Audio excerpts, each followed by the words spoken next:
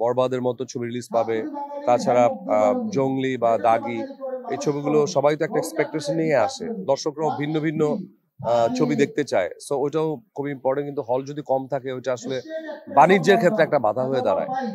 আমি আসলে সত্যিকার অর্থে এই প্রথমবারের মতো এই টেলিবেবের পিকনিকে আজকে আসলাম। এটা যে সাধারণ সম্পাদক মুনতাসির সাজু ভাই, সাজু মুনতাসির ভাই, is very close to me. আসলে এখানে এসে খুবই ভালো লাগছে। প্রথমত যে আমাদের কলিগদের সাথে দেখা হয়েছে, বিশেষ করে আমি যখন আমার একদম প্রথম যখন ক্যারিয়ার স্টার্ট করি তখন তো আমি নাটক দিয়ে স্টার্ট করেছি। নাটকের অনেক বন্ধুদের সাথে আজকে দেখা হলো, ওইটা একটা ভালো জিনিস। হ্যাঁ, তো সবার সাথেই আসলে দেখা হচ্ছে, প্রোডিউসার যারা ছিলেন, পরিচিত যারা ছিলেন সবার সাথে দেখা হয়েছে, একসাথে খেলাম। সো সবকিছু মিলেই আসলে অনেক সুন্দর একটা আয়োজন হয়েছে আমার মনে হয়। আমার আমার আমার সানগ্লাস খুবই পছন্দ।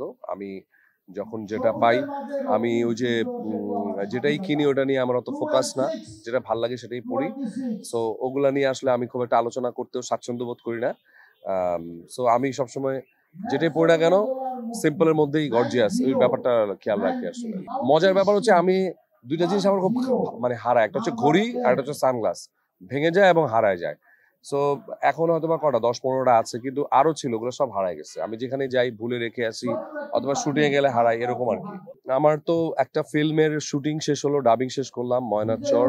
আর একটা রবীন্দ্রনাথ ঠাকুরের একটা প্রথমবারের মতো একটা অনুদানের ছবি করছি রবীন্দ্রনাথ ঠাকুরের, ওটার শুটিং শুরু হবে আই হোপ যে মার্চের 10 থেকে 15 মধ্যে শুটিং শুরু হবে ইনশাল্লাহ। এছাড়া বিজ্ঞাপনের শুটিং করেছি, আরো সামনে আছে।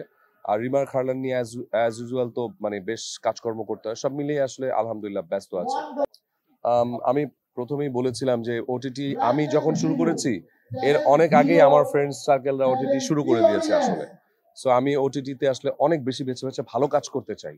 সো মায়াটা দিয়ে আমি যে লেভেলের রেসপন্স পেয়েছি, রায়হান রাফির সাথে কাজ ছিল, ওটাও একটা মানে আমার জন্য অনেক ভালো লাগার একটা বিষয়। এবং অলরেডি আমি 6-7টা অ্যাওয়ার্ডও পেয়েছি এই যে মায়াতে যে ক্যারেক্টারটা করেছিলাম। সো আই হোপ যে নেক্সট আমার কাছে যে অফারটা আসবে বা যে কাজটা আমি করতে চাই সেইটা হয়তোবা মায়ার মতোই বা মায়াকে ছাড়িয়ে যাওয়ার চেষ্টা করব, যেন আমি মানুষের কাছে আরো বেশি পছন্দের তালিকায় থাকতে পারি। সো এই জন্য ওয়েট করছি আসলে।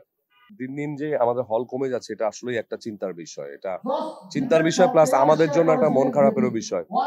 আর ঈদের মতো এত বড় ফেস্টিভ একটা সময়ে বরবাদের মতো ছবি রিলিজ পাবে, তাছাড়া জংলি বা দাগি এই ছবিগুলো সবাই তো একটা এক্সপেকটেশন নিয়ে আসে, দর্শকরাও ভিন্ন ভিন্ন ছবি দেখতে চায়। সো ওইটাও খুব ইম্পর্টেন্ট, কিন্তু হল যদি কম থাকে ওইটা আসলে বাণিজ্যের ক্ষেত্রে একটা বাধা হয়ে দাঁড়ায়। সো আমার মনে হয় যে হল তৈরি করার ব্যাপারে আসলে আমাদের এর থেকে তো আসলে হল নির্মাণ করা সম্ভব না, এটা আসলে অনেক বড় একটা ব্যাপার। সো এর আগে যতবারই আপনারা এই কোশ্চেনগুলো করেছেন আমি প্রত্যেকবারই অ্যান্সার দিয়েছি যে আমাদের সরকার বা ওনারা যদি দায়িত্বগুলো নেয় সেটা হচ্ছে বেটার।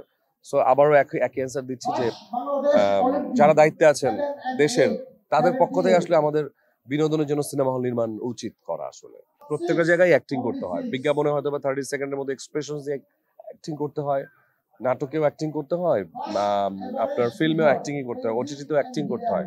বাট তিন মাধ্যম, 3 জায়গায় 3 রকম। ফিল্মটা অনেক বড় স্কেলের, ওইখানে আপনার অ্যাক্টিং এর পাশাপাশি কিছু ফিল্মিক অ্যাটিটিউড লাগে, সব মিলিয়ে ঝিলে। ওটিটি আবার খুব ভেরি ন্যাচারাল, আর নাটকও ন্যাচারাল। সো 3 জায়গার অ্যাক্টিং প্যাটার্নটা একই রকম, বাট অ্যাটিটিউডটা একটু ডিফারেন্ট। রিমা খারলান তো অলরেডি সিনেমার সাথে জড়িত আছেই। আমার মায়াতে রিমা খারলান স্পন্সর ছিল। তারপরে আই হোপ যে বরবাদেও থাকবে, এবং পুরো ফিল্মও আমরা ইনশাআল্লাহ খুব শিগগিরই হয়তো বা বানাবো এই বছর, যদি সব ঠিকঠাক থাকে এই বছর থেকেই শুরু হতে পারে।